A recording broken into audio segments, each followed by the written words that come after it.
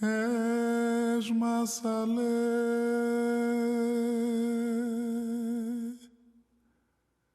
com a bravura que há de ter uma Massalé. Quando firmas no chão,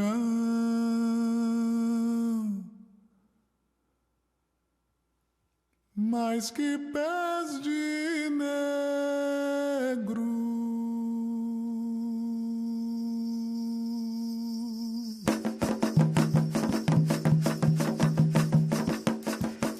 A escravidão não é o lugar de origem das pessoas negras.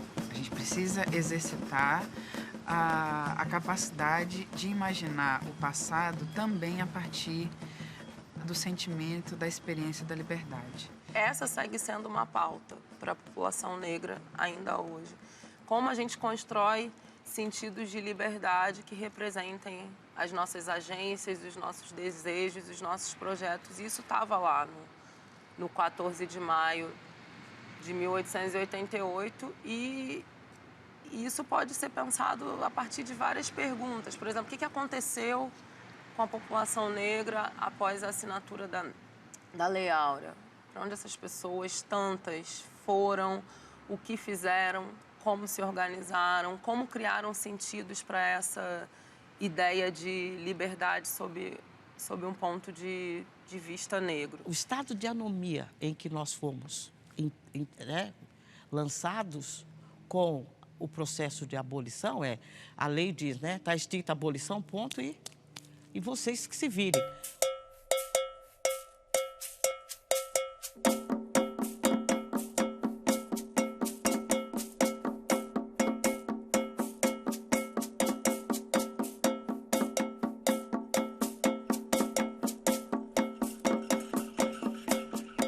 Esses escravos que desembarcaram eram também guerreiros. O escravo vindo depois de uma viagem de 2 meses e meio no porão de um navio, enfraquecido, esquálido, enfraquecido pela falta de água, pela falta de comida, pelas condições higiênicas as piores possíveis, convivendo ali com o vômito, com o sangue, com a urina, com a merda, com pessoas que morriam e ficavam lá dentro. Era um negócio absolutamente dantesco, entendeu? Era uma coisa indescritível. Tanto que os que sobreviveram eram os mais fortes. E você desembarca e eu não diria que imediatamente, mas pouco depois estavam envolvidos numa revolta. Isso diz muito do tratamento que eles recebiam. Sobretudo os que chegavam, né? Porque eles tinham que ser domados para serem bons escravos.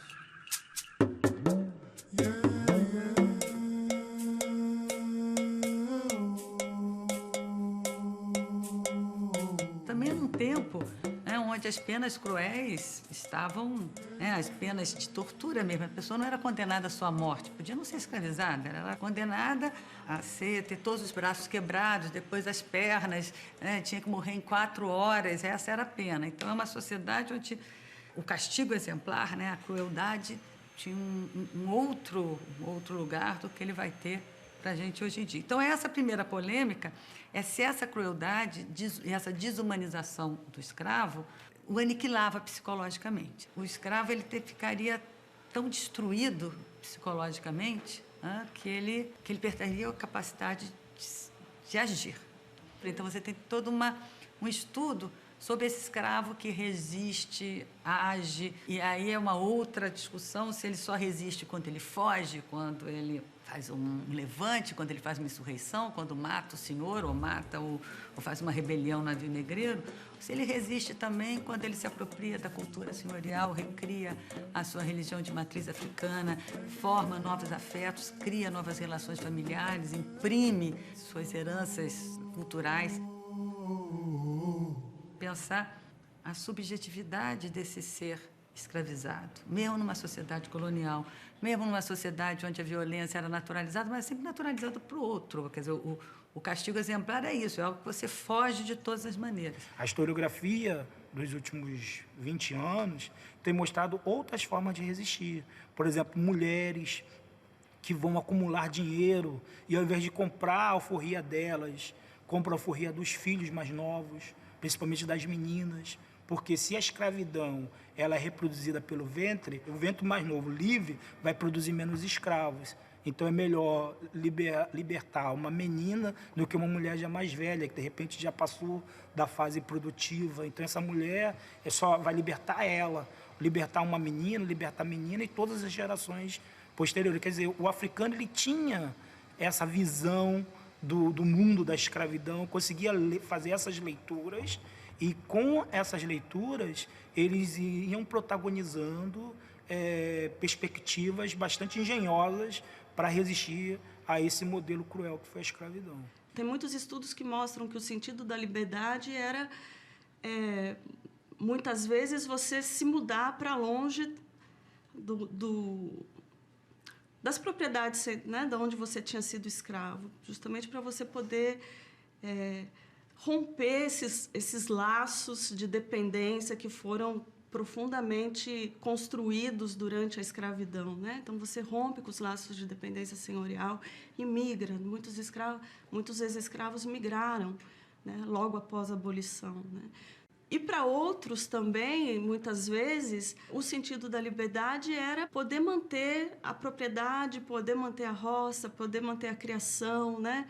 Poder manter essas relações que foram estabelecidas ali, que ele tenha algum ganho, algum benefício e conseguir manter esses benefícios. A abolição aqui aconteceu em doses homeopáticas.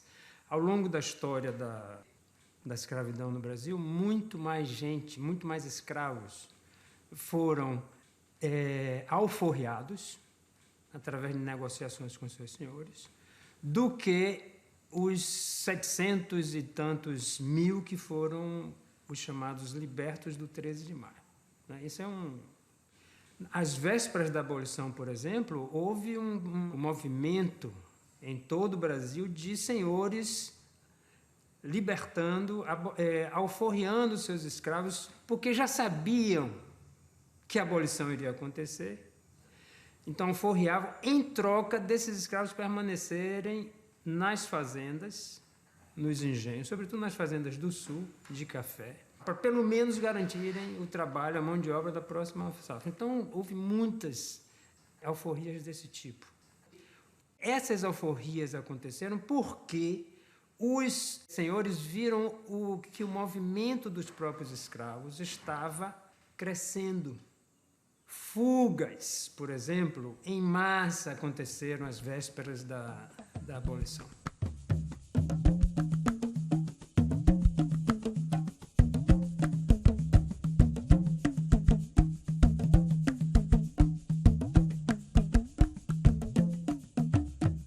O movimento abolicionista que vem da senzala, ele se perde, né, no tempo, no recuo do tempo.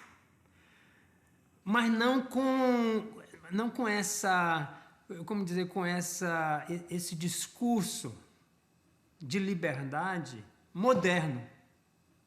Né? Palmares, vamos pegar Palmares, ou todos os quilombos. Muitos quilombos, aliás, eram temporários e nem existia na ideia dos quilombolas uma perspectiva de abolição, ou mesmo até de liberdade deles próprios. Né? Muitas vezes o escravo fugia para o quilombo, ficava lá algum tempo e depois voltava para o senhor. Porque a vida no quilombo não era, né, um mar de rosas também. Mas peguemos assim, o quilombo emblemático, modelo, Palmares. Foi um quilombo que durou quase 100 anos.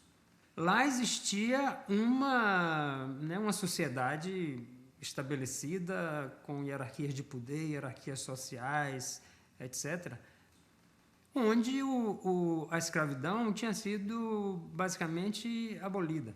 É anacrônico, na verdade, dizer que Palmares foi abolicionista, porque a ideia do abolicionismo é a ideia do século XIX, o final do século XVIII, que vem em etapas.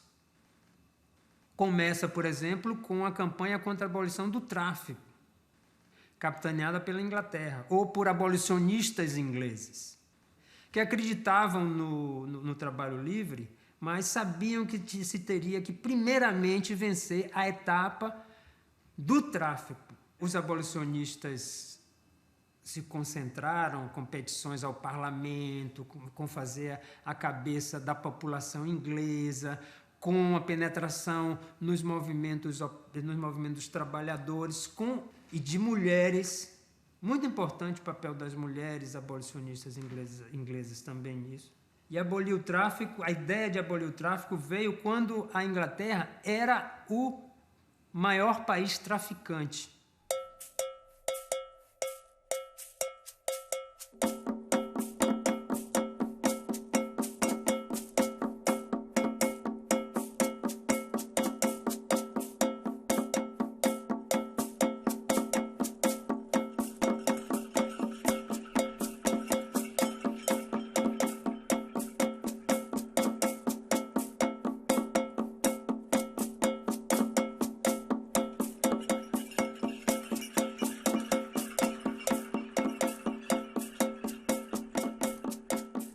Os estudos mostram que quando vai chegando perto dos anos, né, da abolição, mesmo desde a década de 80, começa a haver um acirramento muito grande das lutas escravas pela abolição da escravidão. Então, é um momento que é muito tenso, é um momento de muita pressão social, é um momento de muita reação do governo imperial a essa pressão social, né? A gente tem uma reação muito conservadora, né, na década de 80, então isso acirra as tensões daquele período. O grande marco do abolicionismo no século XVIII foi a Revolução do Haiti. A única abolição do sistema escravista que resultou de uma revolução escrava, que começou em 1791 e foi até 1804, quando o Haiti, que era a colônia europeia nas Américas mais rica, que mais produzia, que mais vendia açúcar, também tinha café, muito importante, algum algodão. E quando houve a Revolução em 1791, bum, caiu. Entendeu? Os franceses perderam a colônia mais rica que tinham. E é por isso, aliás, que o açúcar volta a crescer no Brasil, porque vivia um século de crise, mais ou menos. Tem um jogo que é assim, os abolicionistas, os escravistas dizem, se a gente fizer uma libertação em massa dos escravos, ou deixar os abolicionistas fazerem o que eles quiserem, nós vamos ter aqui o Haiti, uma revolução que deu em anarquia. É um país que depois não funciona, além de ter derramamento de sangue, etc., é um país que não deu certo. E os abolicionistas, por seu lado, rebatem fazendo o raciocínio inverso. Eles dizem assim, bom, se nada for feito, a gente vai chegar ou a uma situação como a do Haiti, de uma revolta, ou a uma situação como a dos Estados Unidos, uma guerra civil, na qual o país se divide em duas partes e guerreia entre si. O medo das elites a respeito da Revolução do Haiti não é simplesmente pela possibilidade de um levante de escravizados. Há um medo, inclusive, de uma articulação entre livres e escravizados, pautado numa identidade racial, uma identidade étnica ou de origem, né, que poderia pôr a perder vários projetos de sociedades escravistas, inclusive projetos de nação que não incorporavam essa população. E isso vai sendo, de certa forma, incorporado como um repertório dessas experiências negras que estariam, então, alimentando essa chama, que foi o modo como a luta abolicionista no Brasil se tornou, como dizem alguns, o primeiro movimento social de caráter popular no Brasil.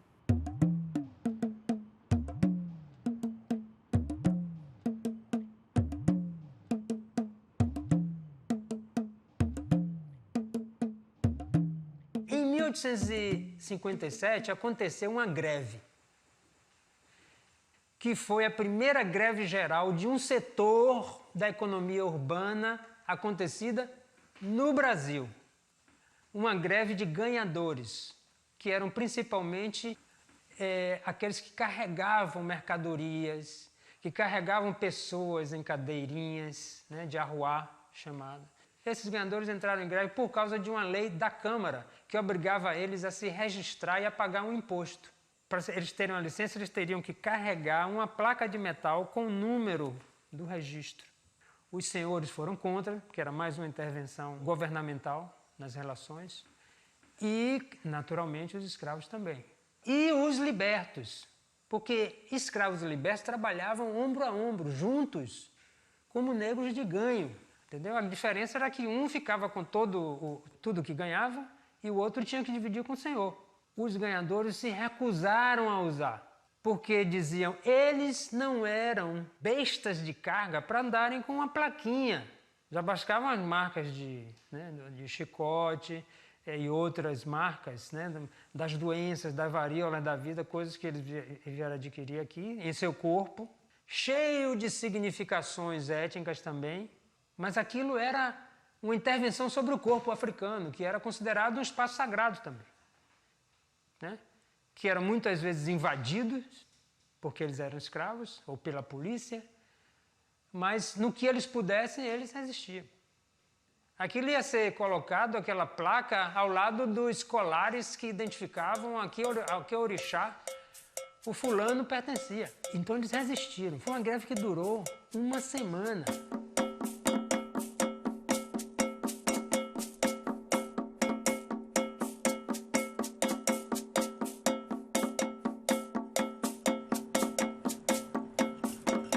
Me vem a história da Revolta do Vintém, na virada do ano de 1879 para 80, que, para além de um acréscimo aparentemente pequeno no preço da passagem do bonde, havia um cenário em que o governo imperial estava fechando escolas noturnas, aumento do preço dos alimentos, havia um acirramento do controle policial da população na rua, e isso era algo que não só a elite vivenciava, a elite tida como aqueles que têm acesso aos meios de transporte na época e tudo, mas também uma parcela da sociedade formada por trabalhadores. E numa cidade como o Rio de Janeiro, em boa parte, trabalhadores negros.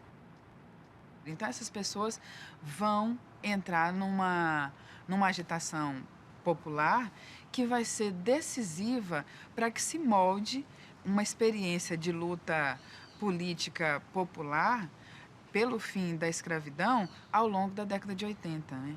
A Revolta do Vintém, ela é vista como uma espécie de laboratório dessas agitações populares da década de 80 na cidade do Rio de Janeiro.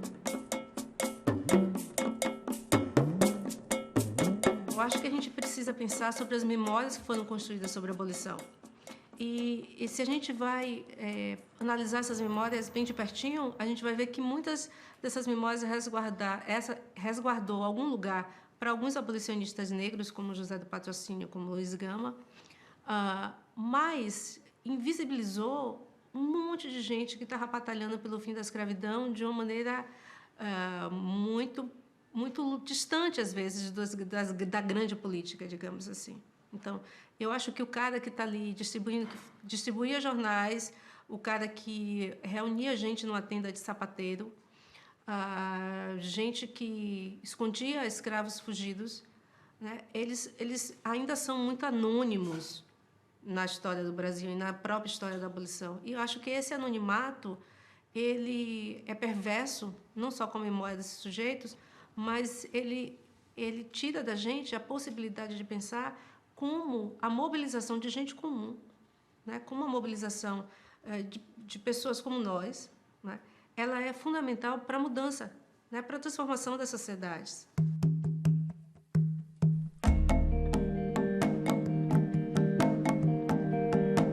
Há uma narrativa oficial que coloca o movimento abolicionista no singular como uma ação da elite para a elite com a elite. A observação da luta abolicionista a partir vista de baixo, ela vai nos ajudar a perceber que existiram vários projetos abolicionistas. E o que isso significa?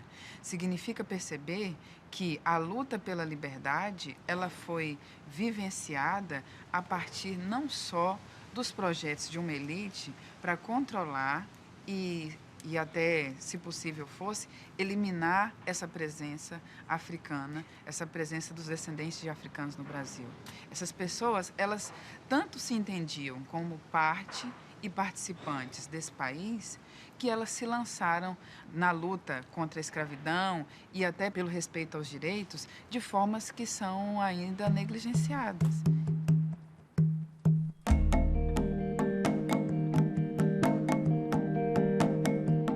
Nós falamos do genocídio nazista, do extermínio de 6 milhões de judeus e devemos falar sempre, porque isso não pode ser esquecido, o Holocausto, não pode, mas nós não falamos tanto do Holocausto africano, do Holocausto dos negros, o que nós sofremos nesses 350 anos. Então existem os crimes praticados por eles, que foram crimes contra a humanidade, e existem os crimes praticados pelos escravos, que em verdade foram atos de legítima defesa da sua própria vida, da sua própria honra, da sua própria dignidade. Muitos, portanto, que foram levados aos tribunais deveriam ser absolvidos por legítima defesa, estados de necessidade, mas não foram. Foram punidos severamente em processos sumários que duravam semanas, às vezes um mês, e levados à forca. Isso também não pode ser esquecido. Por isso que Rui Barbosa, eu faço sempre um tributo a Rui Barbosa, porque ele foi acusado de queimar a história da escravidão quando era ministro da Fazenda e Negócios Interiores. Errado. Ele não queimou a história da escravidão. Ele queimou as notas fiscais de compra e venda de escravos para que o barão de Cotegipe, o José Vanderlei, que era um senador pelo estado da Bahia, num discurso emocionado no Senado, ele queria que o Estado brasileiro indenizasse os senhores de engenho. Barão de Cotegipe queria. E Rui Barbosa perguntou, mas como que o senhor vai fazer isso? Nós temos as notas fiscais de compra e venda e vamos provar que fomos lesados, porque eu comprei uma coisa, o escravo, o Estado vem e diz, isso não é mais possível, a escravidão. E eu perdi essa coisa, então tem que ser indenizado. Rui Barbosa pegou as notas fiscais e queimou. Ele não queimou a história está aí nos museus, nas bibliotecas, enfim. Ele queimou as notas fiscais para impedir que as pessoas, no caso o Barão de Cotegipe ia fazer um grande movimento nesse sentido, entrassem com ações de indenização contra o Estado. E disse, se alguém tem que ser indenizado, esse alguém são os escravos. Os primeiros bancos, as primeiras instituições financeiras do Brasil, Banco do Brasil, Caixa Econômica Federal, são instituições financeiras que surgem neste período por conta, digamos, da ociosidade e da necessidade de aplicação desse capital que não seria mais utilizado no comércio e no tráfico de mão de obra escrava. Então, a escravidão era altamente lucrativa.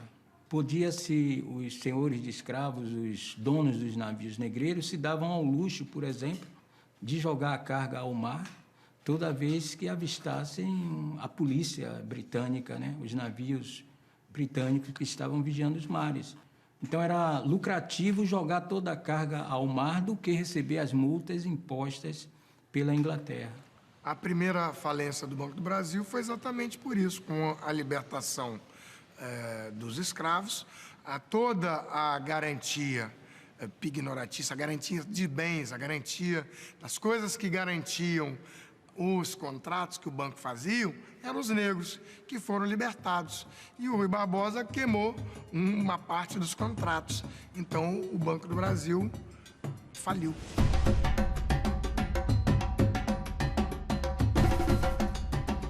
Uma população que viveu um dos mais difíceis, mais duros processos históricos dos mundos do trabalho já existentes.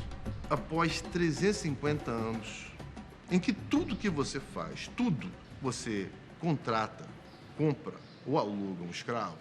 As casas, viu? As casas de famílias pobres que tinham escravos, uma vez essa família, quem trabalhava, a única pessoa, era uma senhora velha, uma mulher com filho, a única pessoa que ia para a rua trabalhar era o escravo. Vender vassoura, vender não sei o quê, escravo. E, em 1850, havia a notícia de que realmente vai acabar o tráfico. Vai acabar? Vai, porque os caras agora estão mais duros. A marinha está aí, correndo atrás, os ingleses também, correndo atrás de navios. Vai acabar. A galera, pô, vai acabar, o que a gente vai fazer? Quem é que a gente vai contratar? Quem vai substituir? Está se criando formas diversas de relações de trabalho. Está se libertando escravo para ser uma liberdade condicionada. Ah, você está livre. Você, a partir de hoje, vai no cartório, assim, você está livre.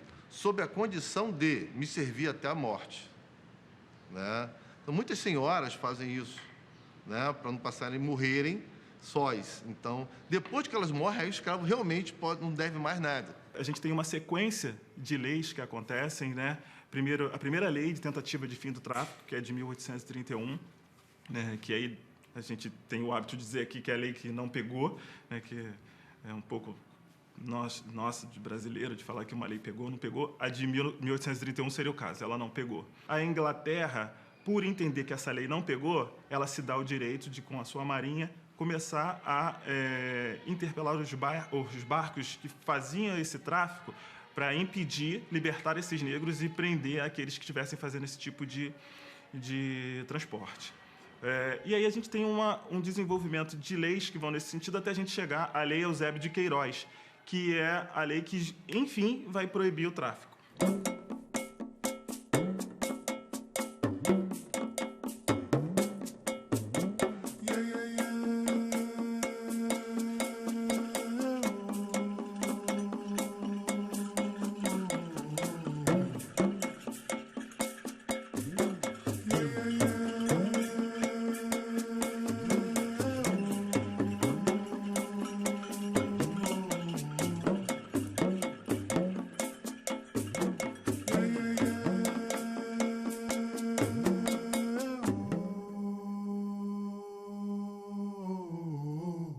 O Brasil se comprometia, enquanto ordem liberal, mantinha a escravidão como instituição histórica, mas ele se comprometia a terminar com o tráfico negreiro. Ora, se você termina com o tráfico negreiro, uma sociedade que tem um acesso relativo à alforria, um dia, ainda mais se você bastava fazer uma lei do ventre livre ou dar algum estímulo, né, à alforria, que você colocaria um horizonte para a instituição desaparecer, um horizonte mesmo que recuado no tempo.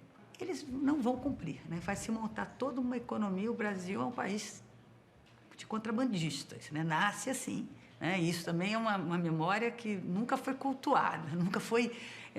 sempre se fez muito pouca pesquisa sobre a importância dessa estrutura, uma estrutura que é inventada da noite para o dia, né? Mas pelo menos 750 mil pessoas vão chegar em menos de 20 anos, e toda a economia cafeeira, que é a base, né, da economia brasileira no Segundo Império, ela é montada em cima dessa ilegalidade.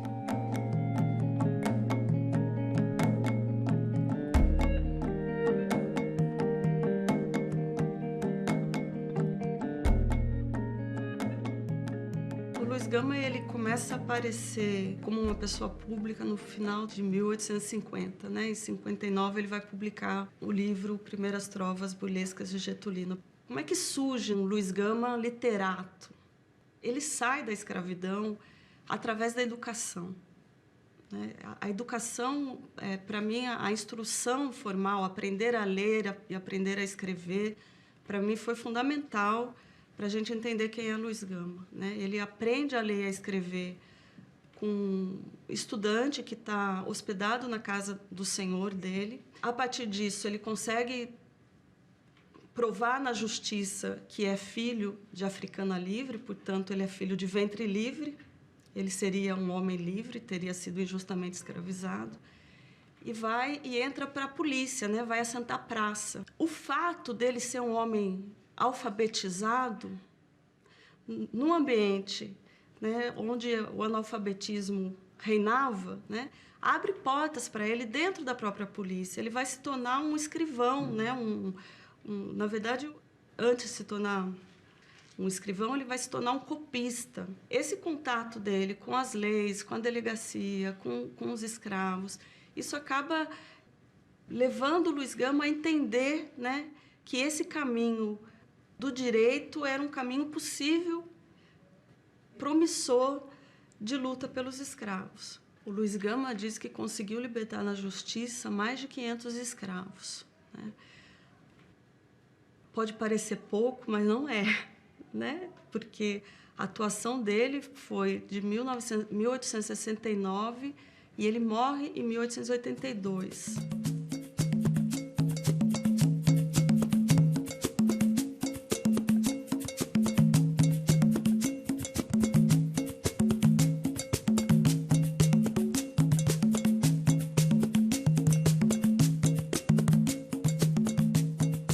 Esses abolicionistas negros, eles têm especificidades que ainda têm sido bastante negligenciadas. No início da década de 1880, para esse eixo Rio-São Paulo, havia duas pessoas muito importantes. No Rio de Janeiro, era o Ferreira de Menezes e em São Paulo era o Luiz Gama.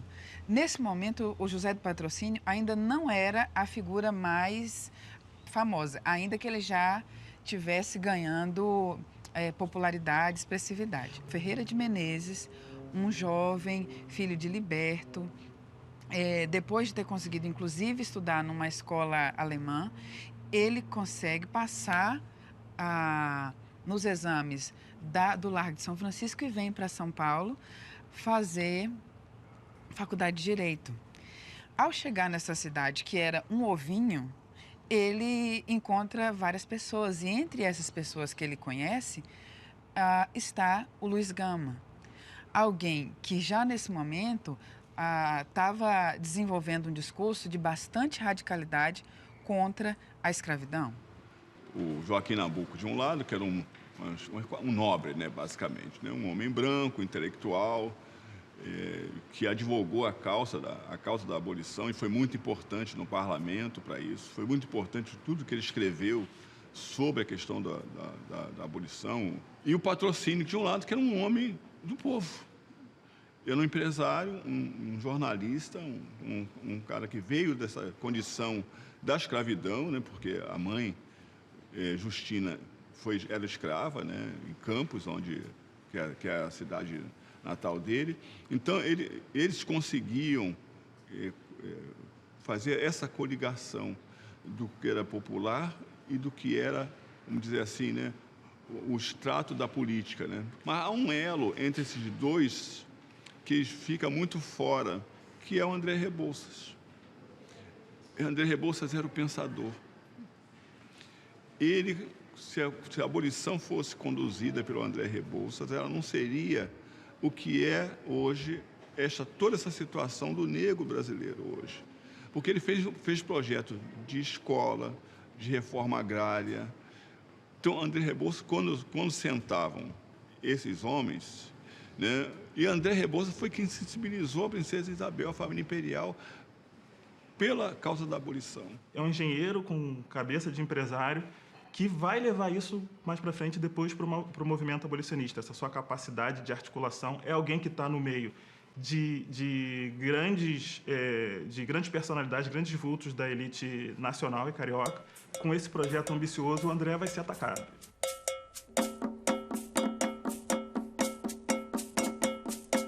Como é que eu entendo o André Rebouças da reforma agrária, o André Rebouças da educação? Diante desse panorama, né, de uma escravidão, de um tráfico que vai acabando gradativamente, o André Rebouças, primeiro, ele está pensando numa reforma agrária justamente para que não se encerre esse processo simplesmente com a abolição. É necessário, né, era uma frase do André Rebouças, quem possui a terra possui o homem, e aí se eu não realizar uma distribuição de terras em pequenas propriedades, que é o que ele previa numa obra chamada Agricultura Nacional, eu não vou conseguir dar chances a esses escravos que foram libertos, e eles vão ser libertos de um determinado estatuto de escravidão, mas vão ser inseridos em outros mecanismos de controle que não permite que eles adquiram cidadania, que eles sejam inseridos nessa sociedade.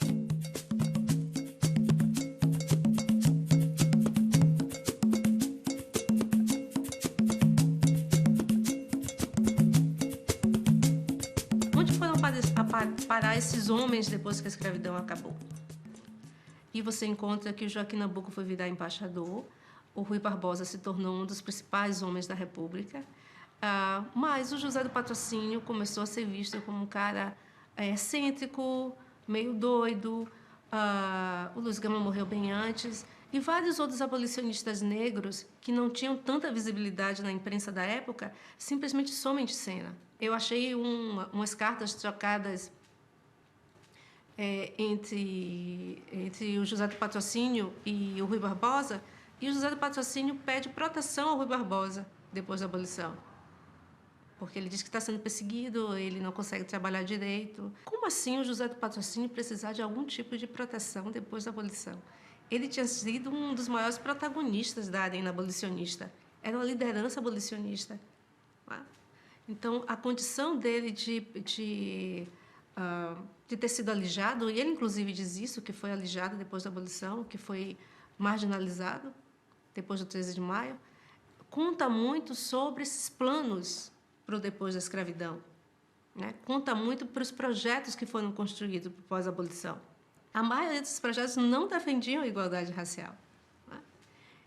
E quando você vai ver, por exemplo, os textos do Joaquim Nabuco, o que o Joaquim Nabuco está falando, e da saudade que ele tem do tempo da escravidão, é de que a escravidão deveria acabar, mas alguns lugares sociais, socio-raciais, precisavam ser preservados.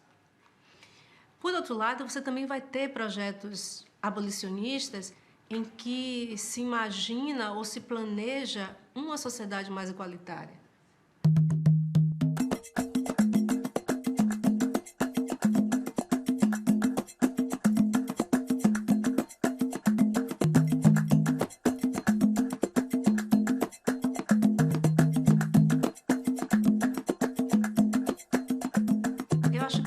Sobre essas mulheres, porque elas são muitas quando a gente vai pesquisar. Elas pulam dos documentos, sabe? Elas sambam em cima das palavras quando a gente vai ver.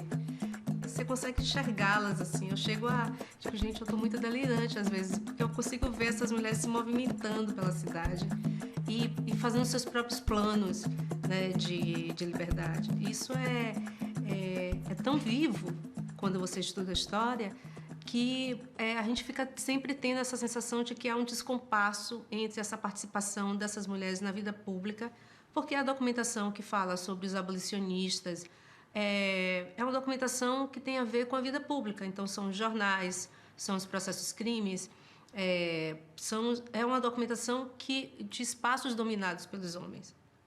Entretanto, quando você vai olhar o cotidiano da cidade, são as mulheres que estão arquitetando e planejando sobre a liberdade.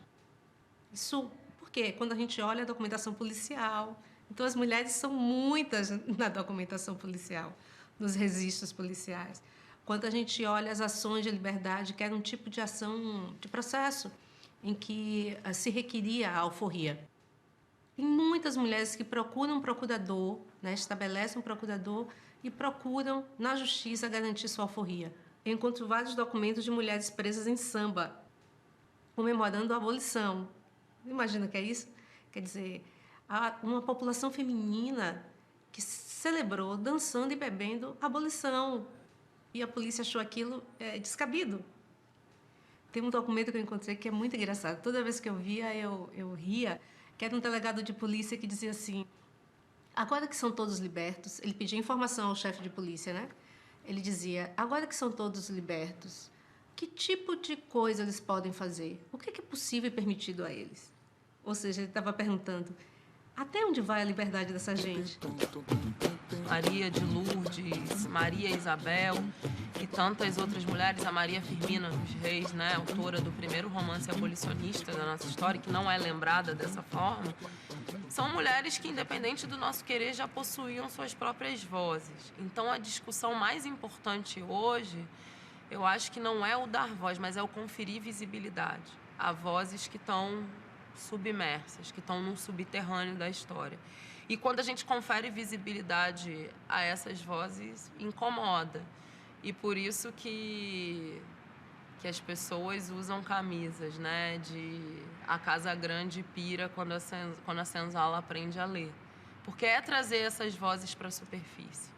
E ao trazer essas vozes para a superfície, a cultura dos privilégios ela não é automaticamente destruída, porque isso não é simples, mas ela é desestabilizada como única possibilidade. Eu sempre lembro da Beatriz Nascimento, que foi uma historiadora negra importante, que também não faz parte dos currículos oficiais de História do Brasil, né? Não é uma mulher que a gente lê num curso de História do Brasil República, isso não é por acaso, mas ela tem uma frase que para mim é canônica de que a favela é o nosso grande quilombo.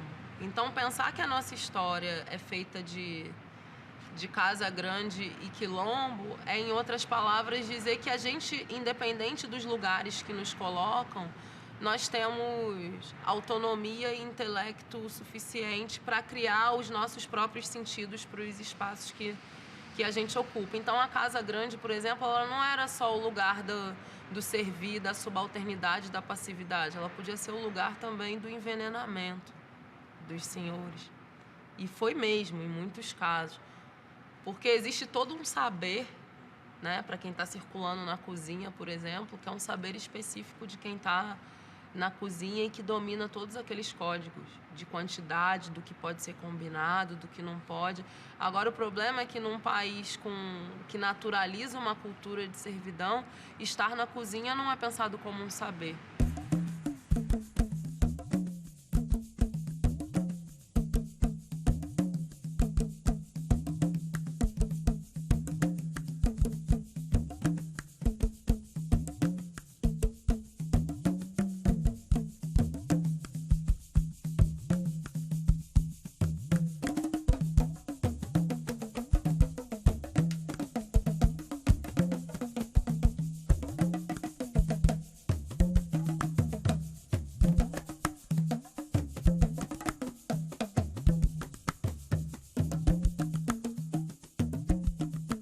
Eu me lembro quando eu era criança, talvez tenha sido ali que eu resolvi pesquisar a abolição. Eu olhava para aquela única imagem colorida do meu livro de história. Ela era aquela imagem da Princesa Isabel com aquela pena de ouro. Eu adorava aquele negócio douradinho. Eu ficava pensando, nossa, mas o que é que tinha sido isso? Era a única imagem colorida que eu tinha no meu livro, era aquela, né? E essa memória, como algo que se deu, como algo que foi concedido, como algo que foi colocado, ou pelos abolicionistas, ou pela Princesa Isabel, ou por quem quer que seja, é uma imagem tão poderosa, constitui de tal maneira a nossa memória, que ela apaga as possibilidades de mobilização, de transformação da sua própria vida para a população negra hoje. A população negra nunca teve algo que foi dado, concedido, entregue, né? Sim, tudo que se tem, tudo que a gente tem é resultado de muita conquista, é resultado de luta, né? É por isso que não é possível parar de lutar. Não vai chegar nada dado. Nunca chegou nada dado. Falar da Princesa Isabel, para quem foi formada pelo movimento negro e dedicou sua vida a investigar outras pessoas que foram negadas pela historiografia, é até uma chateação. Porque o que a gente está diante de um caso de roubo da nossa história, em que a Princesa Isabel seria uma entre tantos outros personagens dessa história. Eu não consigo enxergá-la como alguém de mais destaque do que toda essa população negra que resistiu e se articulou e que fez o fim da escravidão acontecer? Eu não sou daqueles do movimento negro que desconhece a importância do 13 de maio. Acho importante e participei da luta pela construção do 20 de novembro, que é uma luta que se inicia no final da década de 1970, né, que resgata a figura de Zumbi dos Palmares.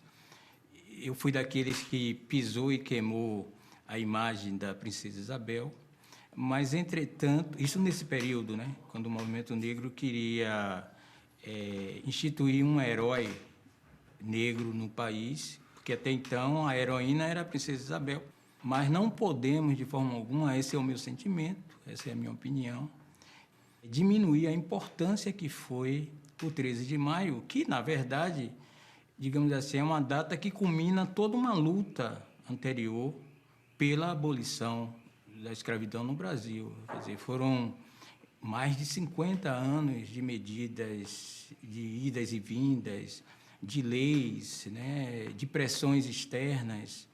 Né? Nós sabemos que o Reino Unido, a Grã-Bretanha, pressionou bastante por conta dos seus interesses econômicos, né? O fim do trabalho servil. Então, nós sabemos disso, mas a data culminante é o 13 de maio.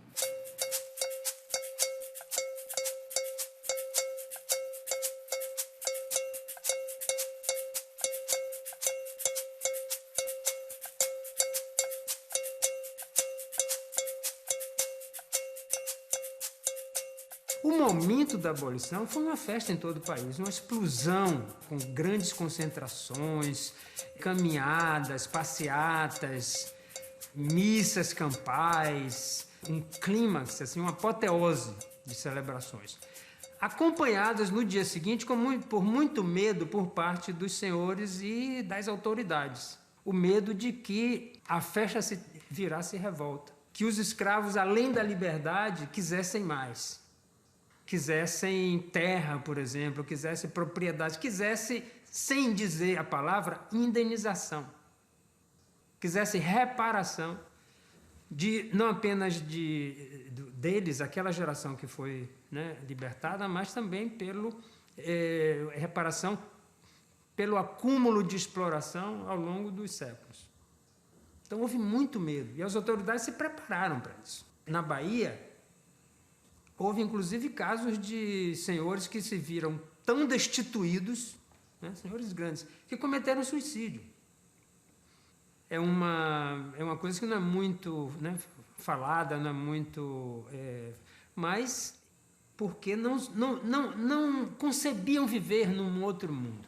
Nós partimos para o término da abolição, mas quando chega em 1888... 14 de maio, um dia depois, nós continuamos escravos. E estamos escravos até hoje, com uma outra roupagem, com uma outra ideia. E o que fazer com essa massa de 800 mil pessoas sem trabalho, sem educação, sem saúde, sem o mínimo necessário para que você possa ter uma vida digna? O correto seria você dar a essas pessoas tudo aquilo que sempre se negou. Então, vamos dar educação, trabalho, saneamento, moradia, etc. Mas não foi isso que foi feito.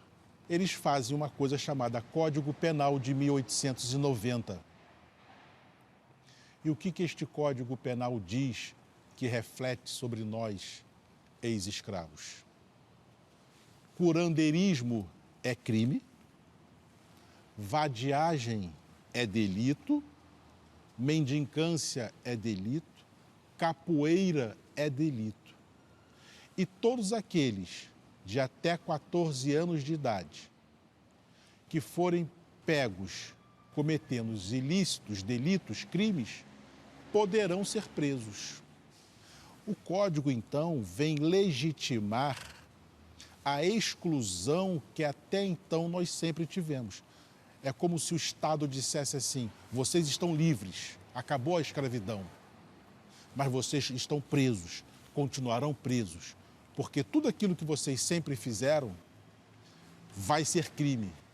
E quem é que tem 14 anos em diante e que está cometendo pequenos ilícitos? Os ex-escravos desta idade, que foram negociados aqui neste mercado do Valongo, com 9, 10 anos de idade. Na medida em que você negocia essas pessoas aqui como se mercadorias fossem, escraviza elas, e lá na frente você agora diz que elas estão libertas, a pergunta que se faz é: e qual a profissão dessas pessoas? O que elas vão fazer para sobreviver? A república que emerge com a queda do império e com a abolição da escravidão, ela tem claramente um projeto de exclusão da nossa população. Ela claramente mostra que, terminada a escravidão, termina também a função do negro na sociedade brasileira. E acho que é por isso que o abandono se constituiu numa política de genocídio mesmo, e que vigora até hoje, eu acho. Ao final do Império, principalmente no início da República, é realizado um esforço muito grande pelo Estado brasileiro, nos sucessivos governos, no sentido de trazer um grande contingente populacional de imigrantes italianos, portugueses, espanhóis, principalmente latinos, né, na Europa, para transformar a sociedade brasileira, que no final do século XIX era majoritariamente negra, mas que se via essa identidade nacional que se constituía naquele momento negligenciava a população negra em vários aspectos. Então, uma forma, inclusive, era, como vários pensadores, vários intelectuais na época diziam, que a população negra desapareceria na medida em que o Estado brasileiro investia maciçamente na importação, inclusive subsidiando a vinda de milhões de imigrantes europeus, principalmente italianos, para transformar, inclusive, o fenótipo, a aparência da sociedade brasileira. Tem um livro muito importante de um outro historiador chamado Gerry Dávila, o título é O Diploma de Brancura. Ele vai mostrando como os intelectuais responsáveis pela montagem do sistema educacional no início da República, aqui no Brasil, no início do século XX, como eles viam o sistema de educação como uma espécie de hospital, de clínica para embranquecer culturalmente a sociedade brasileira. Isso, ele pega os textos, as fontes, os documentos desses intelectuais, como Fernando de Azevedo e tantos outros, e ele vai mostrando como o projeto era, de fato, estabelecer um sistema educacional eurocêntrico numa sociedade brasileira cuja maioria da população era negra, de origem africana ou indígena. Olha que absurdo. E por que isso existe? Não só pela história que nós conhecemos da escravidão, que persiste até os dias de hoje, mas pela colaboração nociva de determinados estudiosos da sociologia. Um deles, Gilberto Freire, através da sua obra Casa Grande e Senzala, escrita em 1933. Ele é o homem que, através da sociologia, vem vender aquela imagem falsa da democracia racial.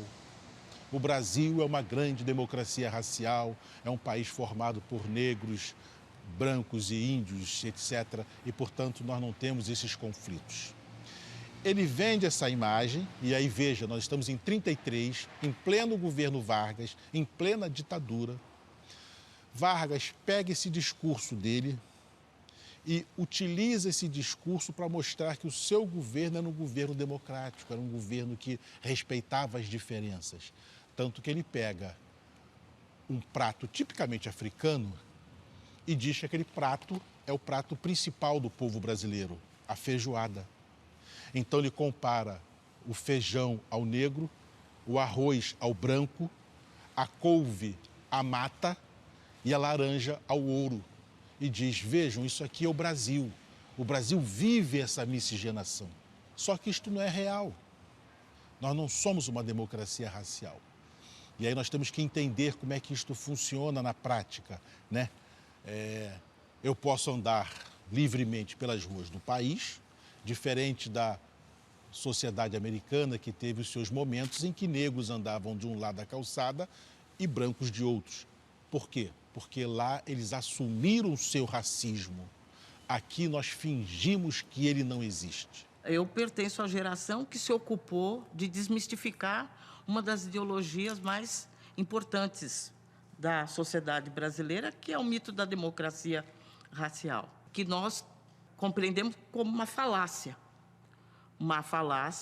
e uma ideologia que se prestou a amortizar e para impedir a explicitação de um conflito racial latente na sociedade brasileira. Então, ela sempre foi amortizadora, ela sempre foi domesticadora, inclusive, para nós negros. É como se a branquitude dissesse, através dela, para nós o tempo todo: o combinado é que nós somos uma democracia racial, nós falamos isso e vocês fazem de conta que acreditam. E enquanto esse pacto existir,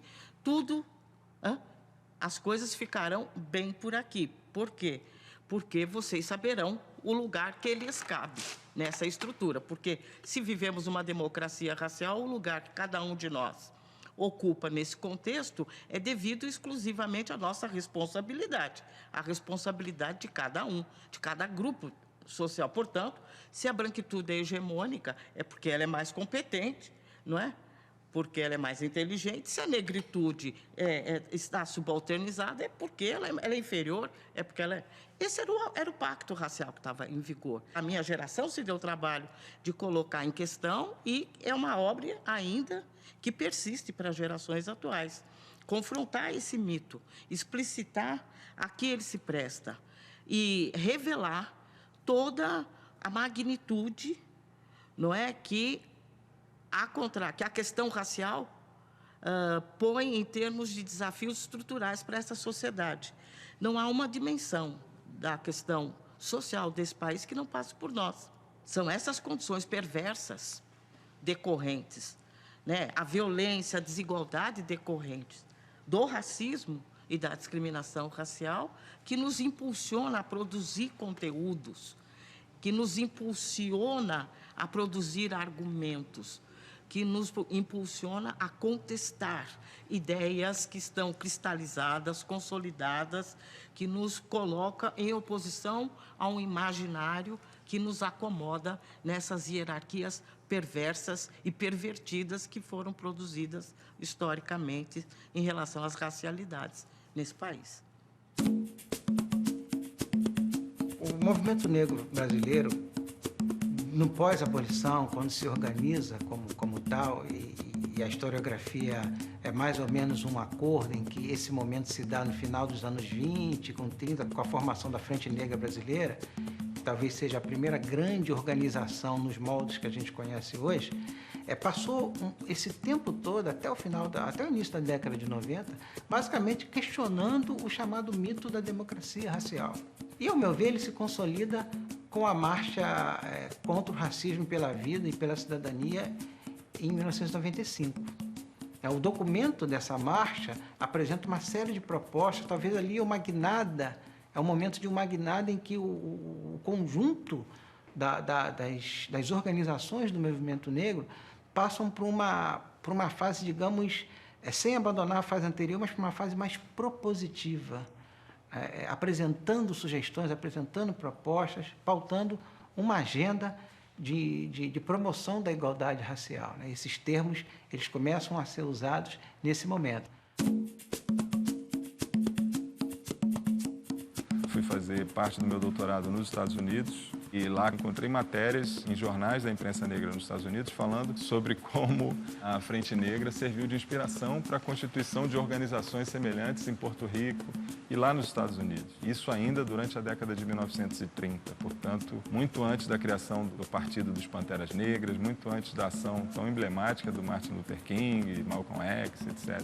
Então, essas descobertas da minha tese de doutorado já ajudam a romper essa ideia que é tão conhecida, né, tão divulgada aqui no Brasil, de que o movimento negro brasileiro seria a mera cópia, em menores proporções, do que acontecia durante as décadas de 60, 70, lá nos Estados Unidos, né?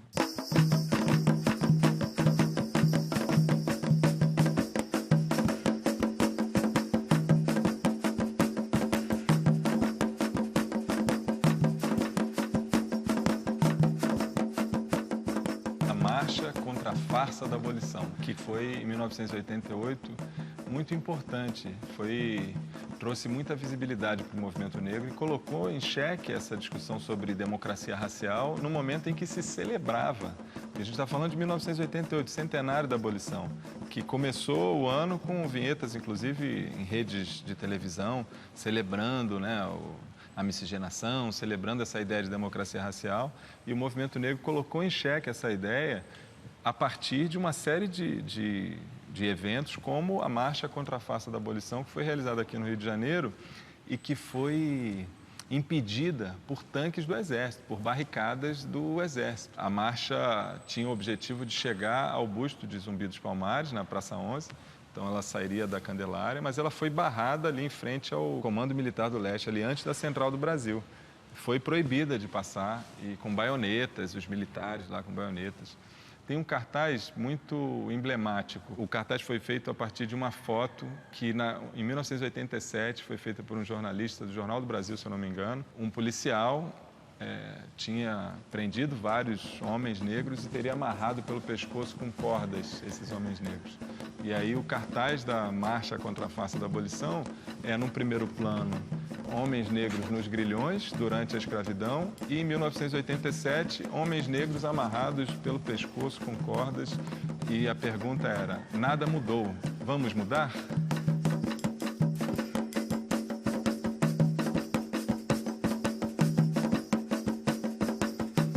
Então, o movimento pelas reparações, quando surgiu, ele se pretendeu uma ruptura com o discurso culturalista e fez um discurso extremamente limitado à questão econômica, ou seja, economicista.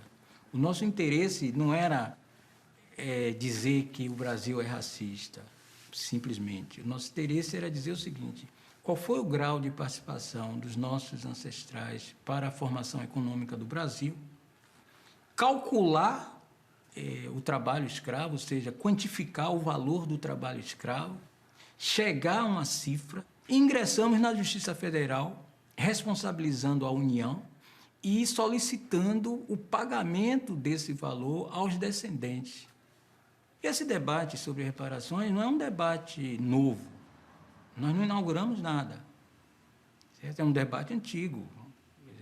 A ideia de que estratos sociais que sofreram em algum momento histórico penalidades, discriminações, perseguições, têm o direito legal a ser indenizado, a ser reparado, né?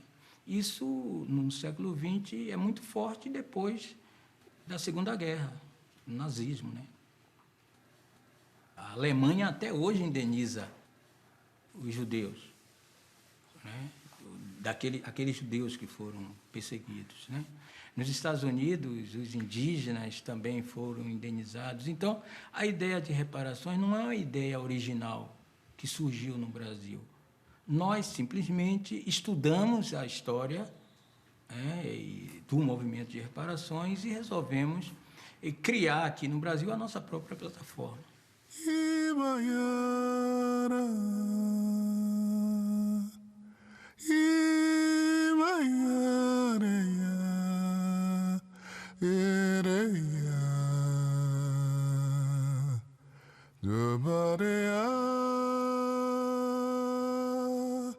Eu vou dizer uma coisa que pode ser chocante. Os escravos estavam muito mais protegidos do que os nossos jovens negros. Porque eles eram propriedade, eles tinham que ser preservados, eles precisavam ser alimentados. Os senhores brigavam com a polícia quando a polícia batia nos seus escravos. Porque era deles, os senhores, a prerrogativa de puni-los. Queriam intervenção. Eles queriam Estado mínimo, né, na escravidão. Não queriam a intervenção do governo nas relações escravistas. Hoje, os jovens negros não têm senhores para protegê-los. Entendeu? Por isso que eles são... Quer dizer, não é por isso, não estou aqui pregando o retorno da escravidão, que fique bem claro. Mas o que eu estou dizendo aqui é que o que acontece hoje é uma tragédia tão grande que nos permite fazer esse tipo de comparação esdrúxula como eu estou fazendo. É uma calamidade. Se houvesse algum tipo de sensibilidade em relação a isso, a se denunciar, a se levar para fóruns internacionais, o resultado seria o Brasil ser colocado numa lista, eu vou dizer agora, branca, né, de países que desrespeitam de maneira muito profunda os direitos humanos. Porque o que está acontecendo no Brasil é como você disse, é um massacre, é um extermínio. Os jovens não conseguem chegar aos 30 anos no Brasil, os jovens negros. Aliás, se você quiser saber sobre discriminação racial, vá à polícia, porque ele sabe muito bem quem é que ele prende. Ele vai logo direto no indivíduo negro. Então, se quiser saber, existe racismo no Brasil? Pergunta à polícia. E não interessa que a polícia seja também negra. Não interessa, porque ela foi ensinada aquilo. Isso é uma coisa conhecida.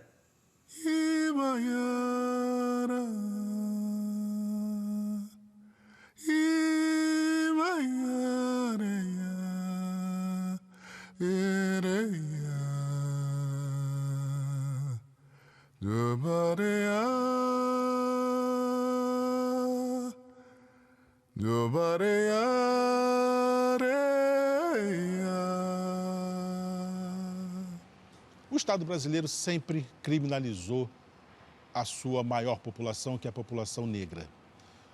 E o exemplo clássico é o Código Penal de 1890. De lá para cá, toda a legislação vai levando em consideração exatamente determinado tipo de autor do crime, quando o legislador deveria se preocupar com o fato, não com o autor. É o fato praticado pelo homem que deve ser punido, e não o homem em si que deve ser escrito na lei. E quem é essa pessoa? É a maioria que está no sistema carcerário brasileiro. Quem é a maioria? 70% são de negros.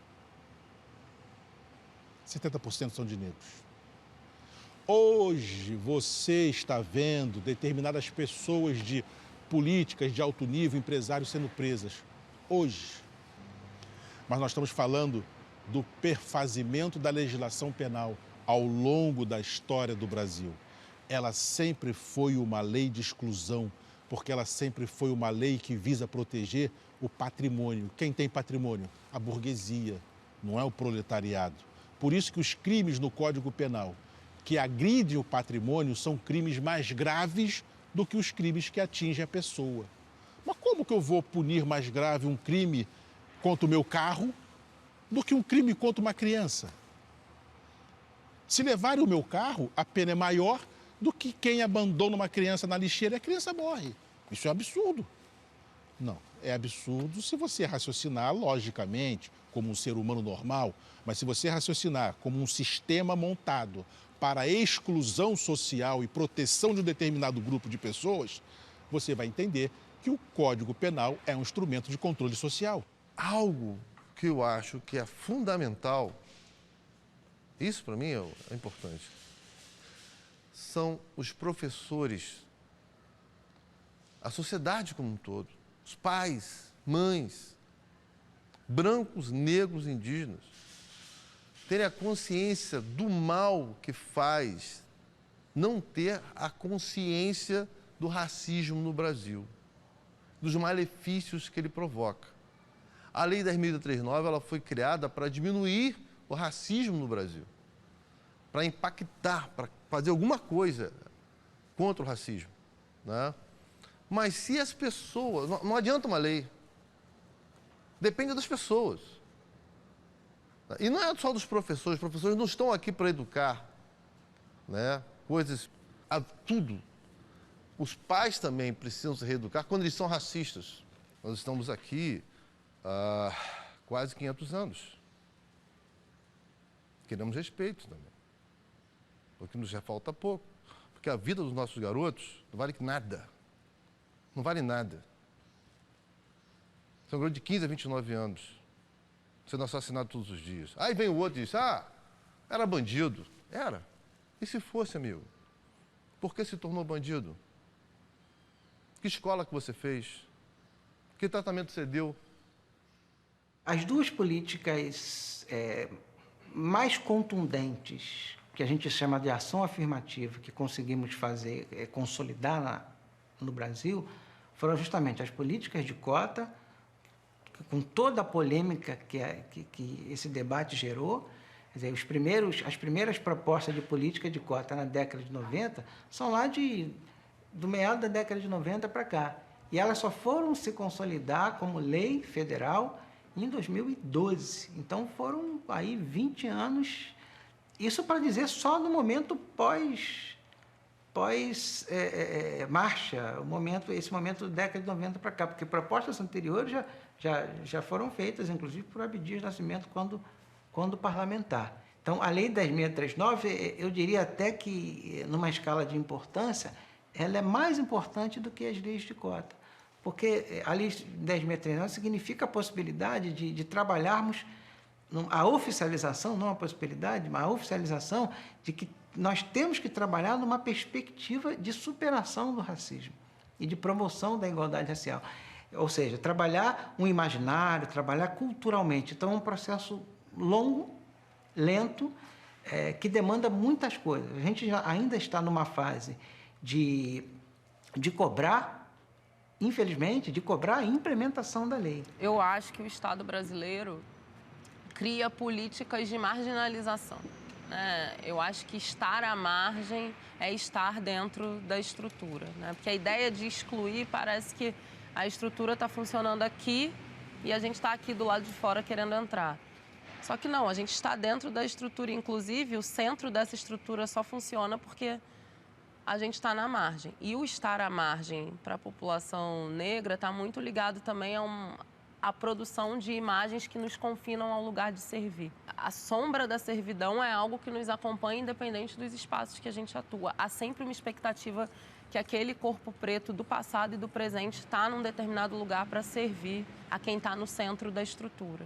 Mas ainda assim, ocupar essa margem, né, e ser tão difícil sair dela, se deslocar dela, tem sido um projeto político intencional, de 1888 para cá. A gente tem exemplos mais contemporâneos, né? A gente pensar que apenas há 4 anos o trabalho doméstico foi reconhecido como um trabalho formal. Isso é uma política institucional de naturalizar a margem como a única possibilidade para sujeitos negros. E aí você percebe isso de maneiras muito perversas. Se você circula, por exemplo, por escolas públicas em comunidades periféricas, você vai ouvir de meninas de 5, 6 anos que o sonho delas é serem empregadas domésticas. Essas são lógicas naturalizadas pelas políticas do Estado brasileiro, que são feitas, na sua grande maioria, por homens brancos, e aí a gente vive num estado do patriarcado, e que repercutem e que dão sentido também ao que a gente discute na historiografia do passado presente do pós-abolição.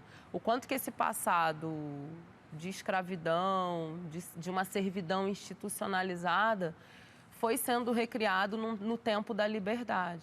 O que significa pensar e colocar em prática possibilidades de sujeitos historicamente pensados como coisas, como bens semoventes, como escravizados, pensar esses sujeitos como livres e incorporá-los a essa estrutura como iguais. Quais foram as estratégias que nós mesmos criamos e seguimos criando ao longo da história em busca dessa igualdade, de um sentido de liberdade que nos incorpore não na margem, mas no centro dessa estrutura.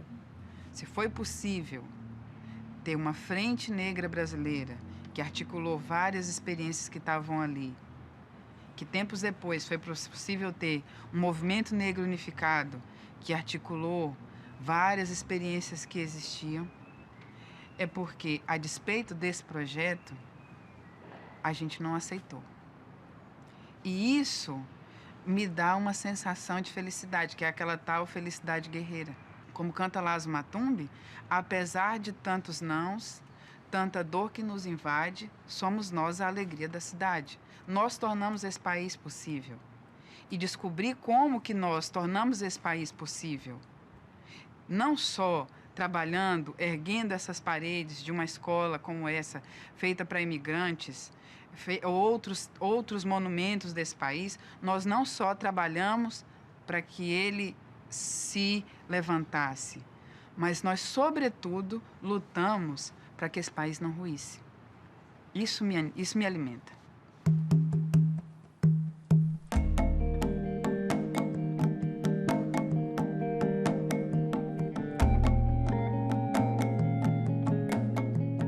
Uma geração de homens e mulheres negras que consegue alcançar alguns lugares de destaque e se constrói toda uma ideia de meritocracia em torno dessas pessoas e de, olha que incrível, como que você conseguiu romper, como é possível para essa pessoa ter conseguido tudo isso saindo da favela.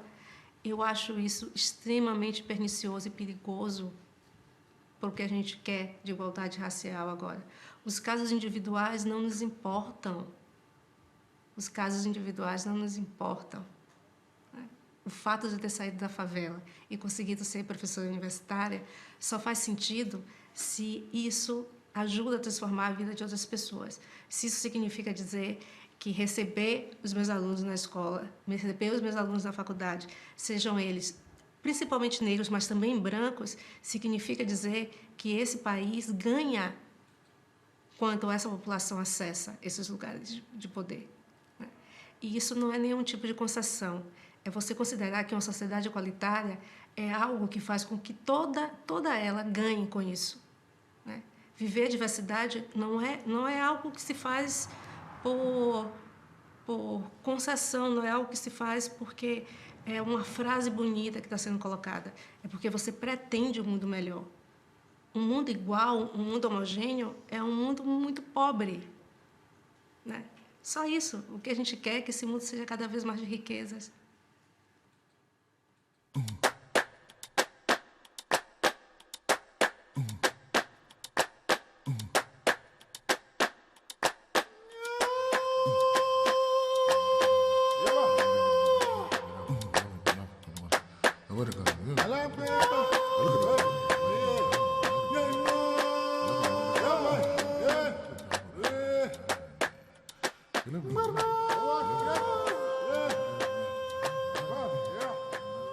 A dureza da nossa luta, a gravidade, né, do problema que nós temos que enfrentar, sobretudo no futuro, se o meu triste prognóstico for verdadeiro, de que está se acirrando o conflito racial na sociedade brasileira, vai exigir rapidez, né, para encontrar caminhos de luta, caminhos de organização política, caminhos de enfrentamento dessa realidade hostil, porque nós temos um cenário em que ideologias conservadoras, reacionárias ou neofascistas estão no imaginário, né, cooptando né, cada vez mais corações e mentes. E é preciso urgentemente encontrar antídoto para essas coisas, porque o fim dessa história a gente conhece. É mais genocídio, é mais extermínio, é mais exclusão, é mais discriminação. Se em algum momento essa sociedade quiser escolher um outro caminho, um caminho generoso, integrador, ela vai ter que se valer de um princípio, do reconhecimento de um princípio. Como colocado por aquele pensador que eu já falei, Charles Mills, ele diz o seguinte: toda pessoa branca, queira ou não, é beneficiária do racismo, independe da sua vontade. Mas nem toda pessoa branca é necessariamente signatário do racismo e do contrato racial que ele impõe. Se nem toda pessoa branca é signatária, está aberta a possibilidade de alianças em prol da construção de um outro tipo de sociedade, em que um outro tipo de contrato seja possível em que possamos, como já disse, caber todos, em que possamos desfrutar igualitariamente das oportunidades coletivamente gestadas. Eu acredito nisso e convoco os brancos não signatários a se engajarem nesse projeto.